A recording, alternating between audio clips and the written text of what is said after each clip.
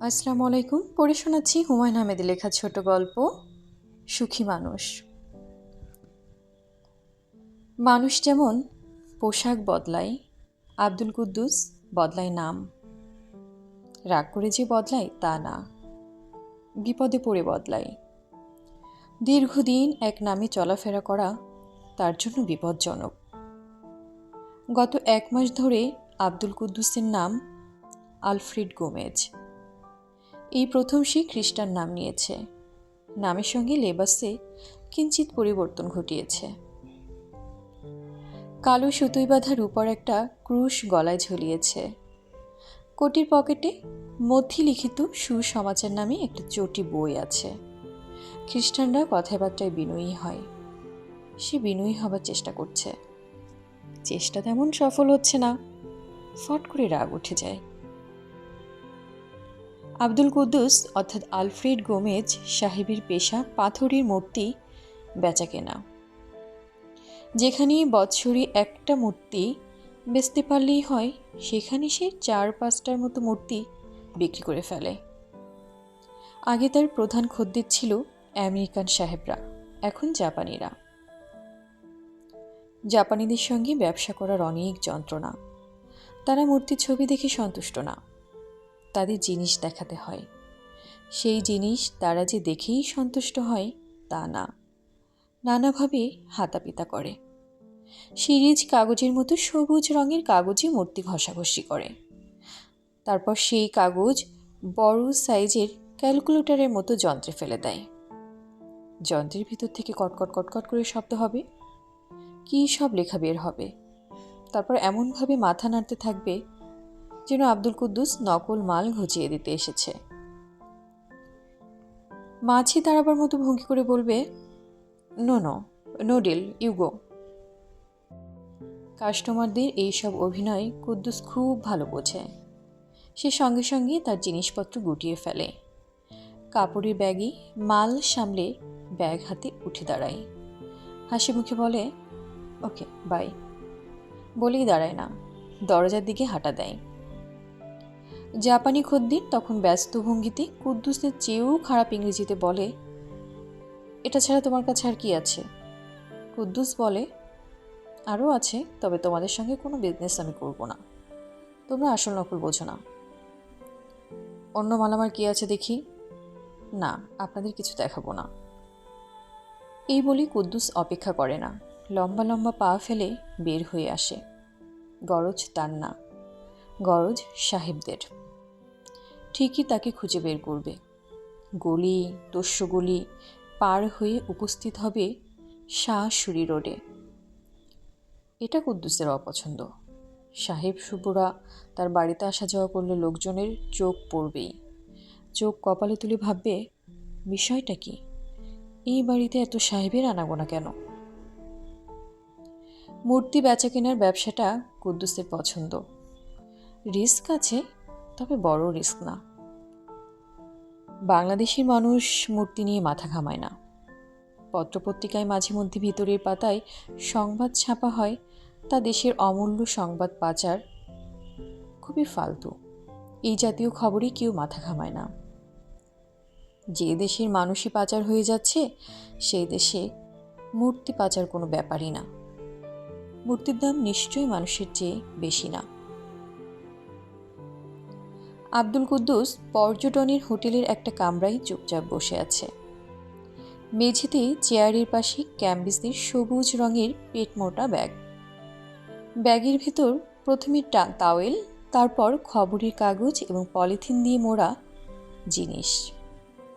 কুদ্দুসের মুখোমুখি বসে আছে চশমা পরা বাঙালি এক ভদ্রলোক। ব্যবসায়িক লেনদেন সে করবে এটা বোঝা যাচ্ছে। আব্দুল কুদ্দুস সামান্য শঙ্কিত।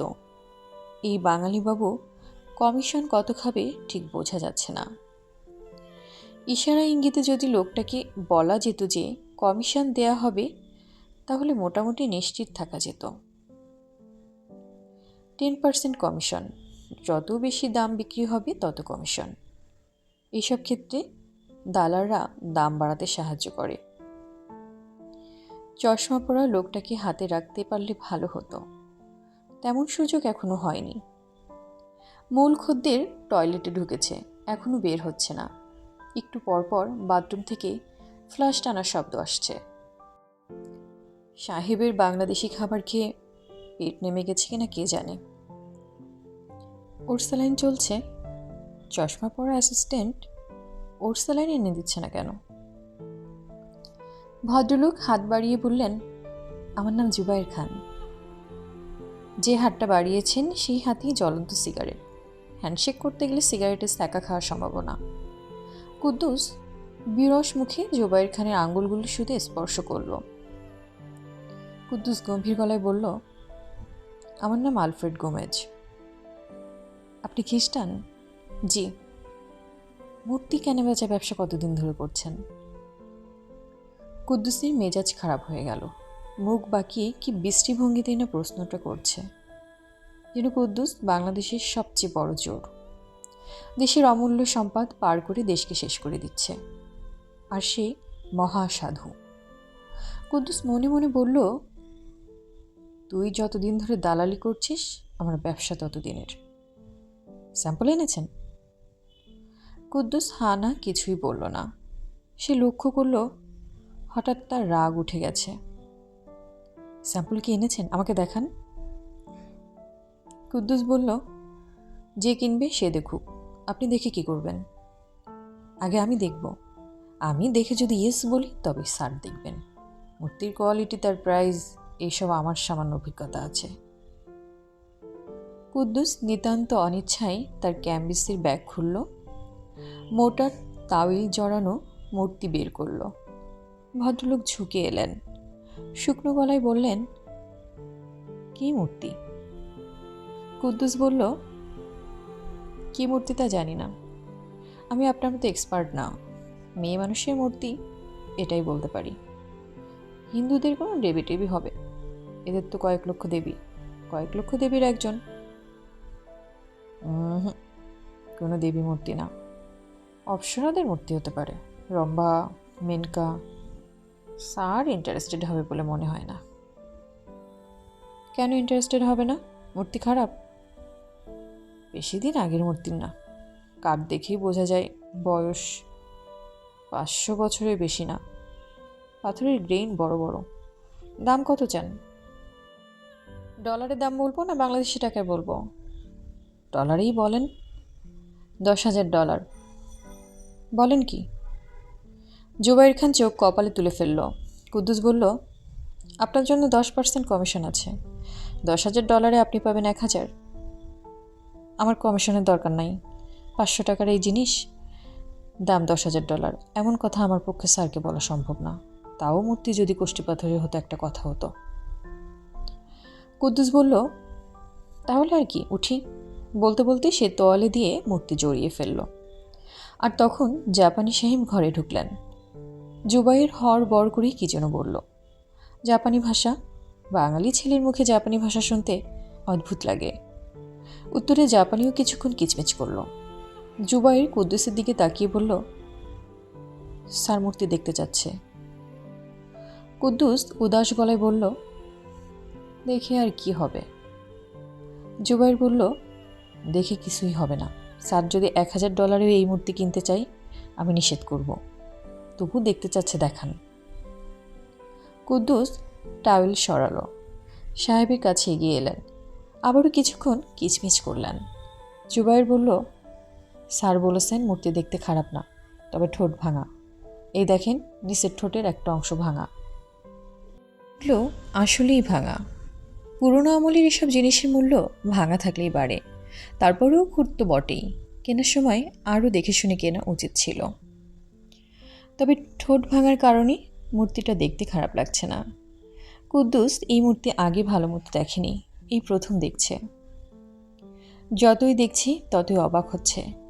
পাথরের মূর্তি বলে মনে হচ্ছে না, মনে হচ্ছে জীবন্ত কোনো মেয়ে, যে কোনো কারণে লজ্জা পেয়েছে বলে চোখের দৃষ্টি হঠাৎ নত হয়েছে।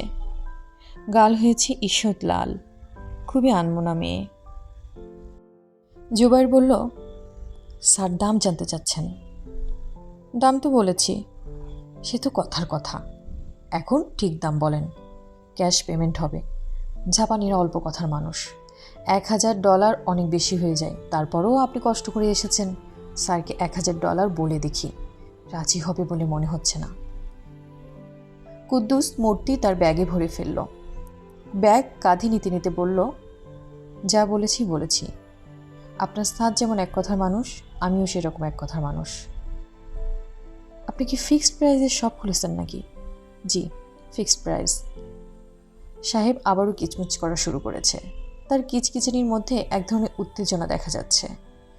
একবার মনে হলো জাপানি ভাষায় জুবায়েরকে ধমকও দিলেন। তারপর কুদ্দুসের দিকে তাকিয়ে ইংরেজিতে বললেন, সিট ডাউন। কুদ্দুস বসল। মনে হচ্ছে বাণিজ্য হবে। পুরোনো আমলের জিনিস একবার কারো মনে ধরে গেলে বিপদ আছে। একবার মনে ধরা মানে বড়শিতে গেঁথে যাওয়া। সেই বড়শি থেকে বের হওয়া অতি কঠিন। সাহেব কি বড়শিতে গেঁথেছে? মনে হয় গেঁথেছে। মূর্তিটা বিক্রি করা কুদ্দুসের জন্য অতি জরুরি। গত 1 বছরই সে কিছুই বিক্রি করতে পারেনি। হাসমত একটা বিষ্ণু মূর্তি এনে দেবে বলে 70,000 টাকা নিয়ে গিয়েছিল। হাসমতের কোনো খোঁজ নেই। লোকজনের মুখে শুনেছেন সে মূর্তি ঠিকই জোগাড় করেছে, বিক্রি করেছে অন্য জায়গায়। কুদ্দুসের বিরাট সংসার, 4 ছেলে মেয়ে, স্ত্রী, তার 2 শালাও তার সঙ্গে বাস করে। দেশে টাকা পাঠাতে হয়। এক বোন সম্প্রতি বিধবা হয়েছে, তাকেও টাকা পয়সা দিতে হয়। শুধু টাকা দিয়ে মনে হয় পার পাওয়া যাবে না। এই বোনও সংসার নিয়ে কুদ্দুসের বাসায় উপস্থিত হবে। আজ মূর্তিটা বিক্রি করতে পারলে ভালো হতো। জুবায়ের বলল, স্যার বলেছেন মূর্তি বের করতে। কুদ্দুস মূর্তি বের করল। আগে মনে হচ্ছিল মূর্তির মেয়েটা লজ্জা পেয়ে মাথা নিচু করেছে। এখন মনে হচ্ছে তা না, মেয়েটা রাগ করে চোখ নামিয়ে নিয়েছে। খুবই তুচ্ছ কোনো কারণে রাগ করেছে। কিছু কিছু মেয়ে আছে, রেগে গেলে চোখে পানি এসে যায়। এই মেয়ে সেই জাতের। এখনই হয়তো কেঁদে ফেলবে। জুবায়ের বলল, আপনার দাম শুনে স্যার প্রায় ভিমড়ি খেয়েছেন। যাই হোক, স্যার একটা দাম বলছেন, এর বেশি একটা পয়সাও দেবেন না। ক্যাশ ডিলিং হবে, আপনি মূর্তি রেখে যাবেন, ডলার পকেটে ভরবেন। স্যার বলেছেন সর্বমোট $4,000।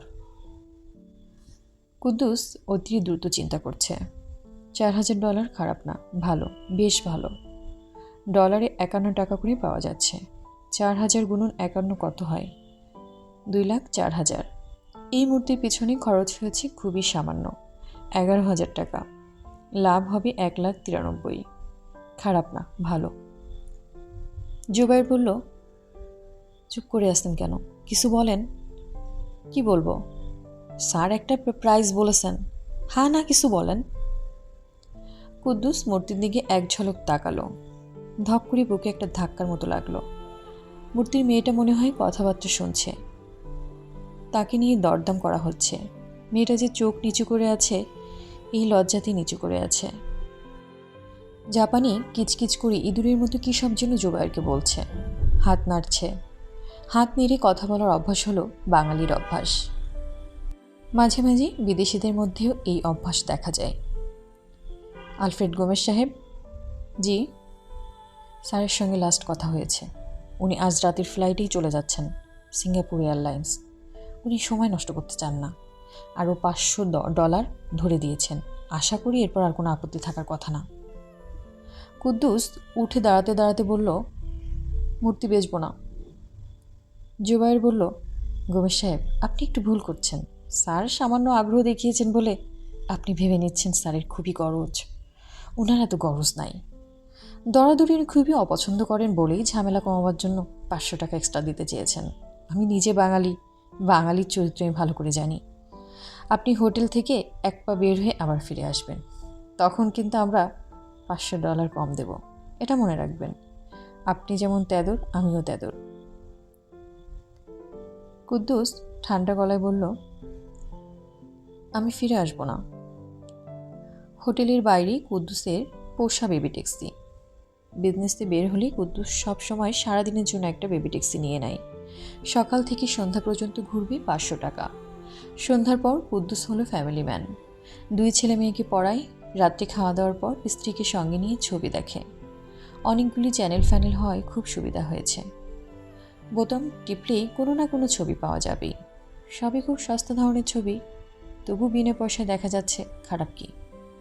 মাগনার সব জিনিসই ভালো। মাগনা আমার ভাগনা, ভাগ্নের সবই ভালো। বেবি ট্যাক্সিতে ওঠার সময় কুদ্দুস দেখল জুবায়ের সাহেব হোটেলের সিঁড়িতে চলে এসেছেন। তার মুখ অসম্ভব বিরক্ত। তিনি হাত ইশারায় কুদ্দুসকে ডাকলেন। বেবি ট্যাক্সিওয়ালা বললেন, স্যার আপনারা ডাকে? কুদ্দুস উদাস গলায় বলল, ডাকুক, তুমি চালাও। আজকের বাণিজ্যটা হয়নি।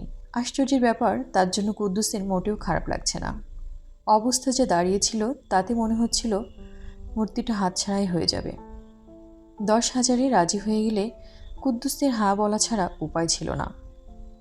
তেমন টাকা পেলে মানুষ তার স্ত্রী পুত্র বেঁচে দেয়, আর এ তো সামান্য মূর্তি। সন্ধ্যা অনেকক্ষণ হলে মিলিয়েছে। কুদ্দুস তার বাসার বারান্দায় বসে আছে। এই জায়গাটা তার অতি প্রিয়। যদিও প্রিয় হবার মতো কিছু নেই, ফ্ল্যাট বাড়ির বারান্দাগুলি যেমন হয়, এক চিলতে জায়গা। একটা চেয়ারে বসলে মানুষ হাঁটার জায়গা থাকে না। তার চেয়েও ভয়াবহ কথা হলো, বারান্দা থেকে আকাশ দেখা যায় না, পাশের ফ্ল্যাটের দেয়াল দেখা যায়। কুদ্দুসের নিজের কিছু ট্রাঙ্ক বারান্দায় রাখা, বালিশসহ একটি পাটি পাতা আছে। চিকের পর্দা টেনে বারান্দায় শুয়ে আরামের ঘুম দেয়া যায়। ছেলে মেয়েদের চিৎকার হইচই কিছুই কানে আসে না। বারান্দায় বাতি জ্বলছে। কুদ্দুসের হাতে চায়ের কাপ, তার পাশেই পাটিতে মূর্তিটা শোয়ানো। কুদ্দুস তাকিয়ে আছে মূর্তিটার দিকে, কিছুতেই চোখ ফিরিয়ে নিতে পারছে না। সে খুব অস্বস্তিও বোধ করছে। মনে হচ্ছে এক্ষুনি তার স্ত্রী আমিনা এসে উকি দিবে। খুটখাট শব্দ হওয়া মাত্র কুদ্দুস চমকে দরজার দিকে তাকাচ্ছে। যদিও এই চমকানোর কোনোই মানে হয় না। আমিনা এসে দেখলেও কিছু এসে যায় না। এমন তো না যে তার পায়ের কাছে সত্যি কোনো মেয়ে লজ্জা লজ্জা চোখে শুয়ে আছে। পাথরের মূর্তি, পাথরের মূর্তি তার কাছে থাকতেই পারে, তার ব্যবসায় মূর্তি নিয়ে। তারপরেও এমন অস্বস্তি লাগছে কেন? মূর্তিটা বারবার হাত দিয়ে ছুঁতে ইচ্ছে করছে। পাথরের মূর্তি হাত দিয়ে ছুঁয়ে দেখা কোনো ব্যাপার না। তাছাড়া তার গায়ে ধুলাবালি আছে, ধুলাবালি পরিষ্কার করার জন্য গায়ে হাত দেওয়া যায়। কুদ্দুস হাতে চায়ের কাপ নামিয়ে মূর্তিটা কোলে নিল, পরিষ্কার করতে হবে। আর তখনই বারান্দায় দরজার দিকে আমিনা আসছে এমন পায়ের শব্দ পাওয়া গেল। কুদ্দুস অতি দ্রুত টাওয়েল দিয়ে মূর্তি ঢেকে ফেলল। আশ্চর্যের ব্যাপার, তার কপালে সামান্য ঘামও জমে গেল। কি করছো? চা খাচ্ছি, আবার কি করব? তোমার কোলে কি? কুদ্দুস বিরক্ত গলায় বলল, কিছু না। মেয়েদের অতিরিক্ত কৌতূহল তার কাছে অসহ্য লাগে। তার কোলে কি তা দিয়ে আমিনার দরকার কি? সে তো মেয়ে মানুষ কোলে নিয়ে বসে নেই। এই জাতীয় বদ চিন্তা সে কখনো করে না। পুরুষ মানুষের অনেক বদ অভ্যাস থাকে, আজে বাজে জায়গায় যাওয়া, লাল পানি খাওয়া, তার কোনোটাই কুদ্দুসের নেই। তারপরেও এত সন্দেহ। কেমন চোখ সরু করে বলছে, তোমার কোলে কি? আবার চলেও যাচ্ছে না, দরজা ধরে দাঁড়িয়ে আছে। তোমার কাছে কে যেন এসেছে। আসছি, একটা শার্ট এনে দাও। আমিনা শার্ট আনতে গেল। এই ফাঁকে অতি দ্রুত কুদ্দুস মূর্তি সামলে ফেলল। টাওয়েল দিয়ে ঢেকে ব্যাগের ভেতর পাচার। ভালো একটা তালা আজই কিনতে হবে, ব্যাগে তালা দিয়ে রাখতে হবে। মূর্তি নিয়ে কুদ্দুস যখন বের হয় তখন ব্যাগে তালা থাকে না। তালা মানেই সন্দেহ, কিন্তু এখন মনে হচ্ছে তালা লাগবে। বসার ঘরে শুকনো মুখে জুবায়ের খান বসে আছে, হাতে জ্বলন্ত সিগারেট। এই গরমেও স্যুট পরে এসেছে। কুদ্দুসকে ঢুকতে দেখে সে উঠে দাঁড়ালো না, নড়ে চড়ে বসল। কুদ্দুস বলল, আপনি বাসা চিনলেন কিভাবে? ঠিকানা কোথায় পেয়েছেন? জুবায়ের খান বিরক্ত গলায় বলল, জোগাড় করেছি। কিভাবে জোগাড় করেছি সেই লম্বা স্টোরি বলার সময় নেই। আমি আপনার টাকা নিয়ে এসেছি। মূর্তির প্যাকেটটা দেন। কি মূর্তি? কি মূর্তি মানে? আজ সকালে যেটা নিয়ে হোটেলে গিয়েছিলেন। ও আচ্ছা, যা চেয়েছেন তাই নিয়ে এসেছি। 10,000 ট্রাভেলার্স চেক পেমেন্ট হবে। অসুবিধা নেই তো? জি না, অসুবিধা নাই। বসে আছেন কেন? যান, মাল নিয়ে আসুন। আমার হাতে সময় নেই, স্যারের রাতের ফ্লাইট। চা খাবেন? না, চা খাবো না, এক গ্লাস পানি খেতে পারি। ফুটান্ত পানি আছে তো? আছে, ফুটান্ত পানি আছে। যান, ঠান্ডা এক গ্লাস পানি নিয়ে আসুন, আর মূর্তিটা আনুন। কুদ্দুস ঘরে ঢুকলো, পানি নিয়ে ফেরত এলো। পানির গ্লাস টেবিলে রাখতে রাখতে বলল, ছোট্ট একটা সমস্যা হয়েছে, মূর্তিটা আমার সঙ্গে নাই। সঙ্গে নেই মানে? এসব জিনিসটা সাথে নিয়ে ঘুরি না, সবসময় সামলে রাখতে হয়। যেখানে সামলে রেখেছেন সেখান থেকে নিয়ে আসুন। চলুন, আমি সঙ্গে যাচ্ছি, আমার সঙ্গে গাড়ি আছে, কোনো অসুবিধা নেই। মূর্তি চলে গেছে রাজশাহী। রাজশাহী চলে গেছে মানে? আমার পার্টনার সকালবেলা নিয়ে চলে গেছে, ইন্ডিয়াতে পাচার হবে। দেবদেবীর দেশ তো, ওদের এইসব জিনিসে আলগা কদর। পূজার ঘরে রেখে পুজো টুজো করবে। গমেশ সাহেব? জি। আপনি ঠিক করে বলুন তো, আপনি কি মোচড় দিয়ে জিনিসটার দাম বাড়াতে চাচ্ছেন? সত্যি করে বলুন, আমি নয় স্যারের সঙ্গে মোবাইল টেলিফোনে কথা বলে আরও কিছু দেব। সত্যি কথা বলছি, ক্রুশ ছুঁয়ে বলছি। কোনো খ্রিস্টান ক্রুশ ছুঁয়ে মিথ্যে কথা বলতে পারে না। কুদ্দুস হলো বালিশ ঘুম টাইপ মানুষ। বালিশে মাথা ছোঁয়ানো মানেই ঘুম। আজ রাতে কী যে হয়েছে, কুদ্দুস বিছানায় গড়াগড়ি করছে, ঘুম আসছে না। ফ্যানের বাতাসে গরম লাগছে, বিছানা থেকেও মনে হয় গরম ভাব আসছে। একটু পরপর পানির তৃষ্ণা হচ্ছে। যতবার সে পানি খেতে উঠছে ততবারই ঘুম ঘুম গলায় আমেনা বলছে, কে? আমেনার খুবই সজাগ ঘুম। সামান্য কাশির শব্দেও সে লাফ দিয়ে বিছানায় উঠে বসে বলবে, কে কাশে? আমিনার ঘুম একটু যদি গাঢ় হতো তাহলে সে বারান্দায় চলে যেত। ক্যাম্বিসের ব্যাগ থেকে মেয়েটাকে বের করত। মেয়েটাকে খুবই দেখতে ইচ্ছে করছে। কুদ্দুসের কাছে খুব খারাপও লাগছে। সে দিব্যি ফ্যানের নিচে আরামে বিছানায় শুয়ে আছে, অথচ আরেকজন। শেষ রাতে মানুষের ঘুম গাঢ় হয়, আমিনারও নিশ্চয়ই গাঢ় হবে। তখন বারান্দায় চলে গেলেই হবে। মেয়েটাকে খুবই দেখতে ইচ্ছে করছে। কুদ্দুস বিছানার এপাশ ওপাশ করতে করতে শেষ রাতের জন্য অপেক্ষা করতে লাগলো। 5 বছর পরের কথা। আব্দুল কুদ্দুস আবারও নাম পাল্টেছে। এখন তার নাম মুন্সি হাবিবুল্লাহ। নামের সঙ্গে চেহারা এবং পোশাকে পরিবর্তন করতে হয়, সেটাও করা হয়েছে। দাড়ি রেখেছে, মাথায় নেপালিদের রঙিন টুপি, গায়ে ফতুয়া এবং পাঞ্জাবির মাঝামাঝি জাতীয় একটা পোশাক। মূর্তির ব্যবসাতেই সে আছে, বেশ জুড়ে সুরে আছে। ব্যবসা বেড়েছে, এখন ইন্ডিয়া থেকেও মাল আসে। তাকে সারা বছরই ব্যস্ত থাকতে হয়। আজ রাজশাহী, পরশু দিনাজপুর। কাজের সুবিধার জন্য একজন ফুল টাইম অ্যাসিস্ট্যান্ট রাখা হয়েছে। ইংরেজিতে MA পাস, চৌকস ছেলে, চোখে মুখে কথা বলে। বিদেশি ক্রেতাদের সঙ্গে যোগাযোগ সেই করে। এর মধ্যেই জাপানিদের সঙ্গে কথা বলার জন্য জাপানি ভাষা শেখার চেষ্টা করছে। হীরের টুকরো ছেলে, ঘরে বড় মেয়ে থাকলে জামাই করে রাখার মতো।